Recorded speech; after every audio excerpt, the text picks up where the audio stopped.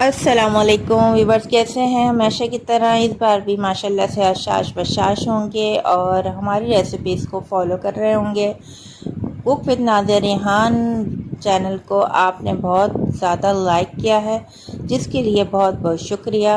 अब हम लेकर आए मज़ेदार से चाइनीज़ राइस, जो आप बनाएं बहुत ही आसानी के साथ, कम कॉस्ट में बनेंगे ये, और बहुत ही सिंपल तरीके से आपको बना के दिखाऊंगी, जिसमें हमें चावल बॉयल नहीं करने हैं।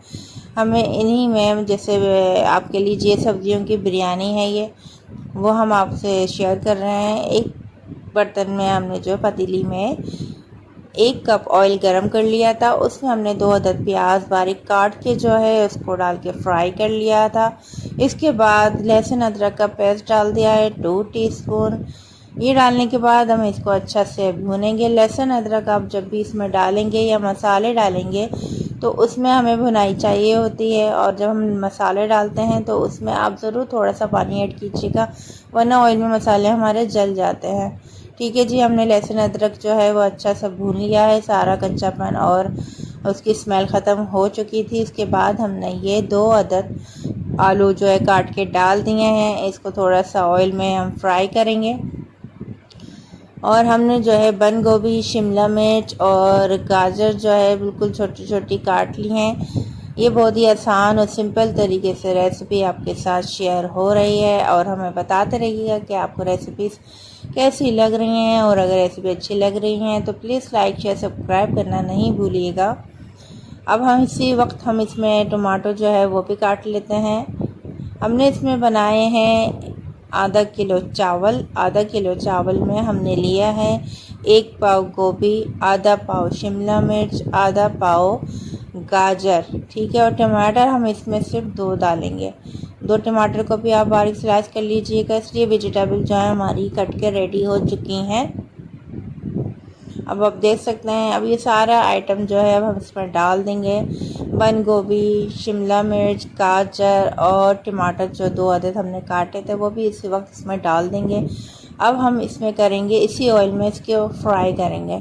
फ्राई करने का भी एक बहुत ज़बरदस्त सा फ्लेवर आता है। जब ये अच्छे से हमें लगेगा हाँ ये फ्राई हो चुके हैं, तकरीबन हम इसको 3 मिनट तक फ्राई कर लेंगे, जिससे हमारा जायका जो है बहुत ही और अच्छा हो जाएगा। फिर इसके बाद हम इसमें मसाले डाल देंगे।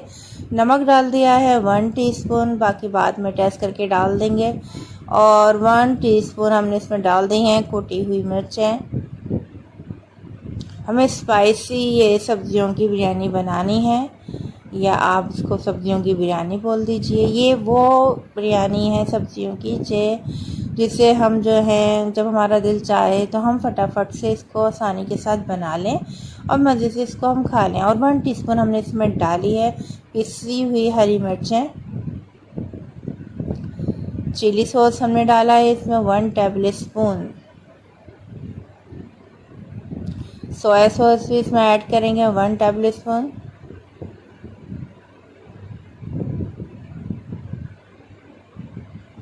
अब इसको चला लेंगे,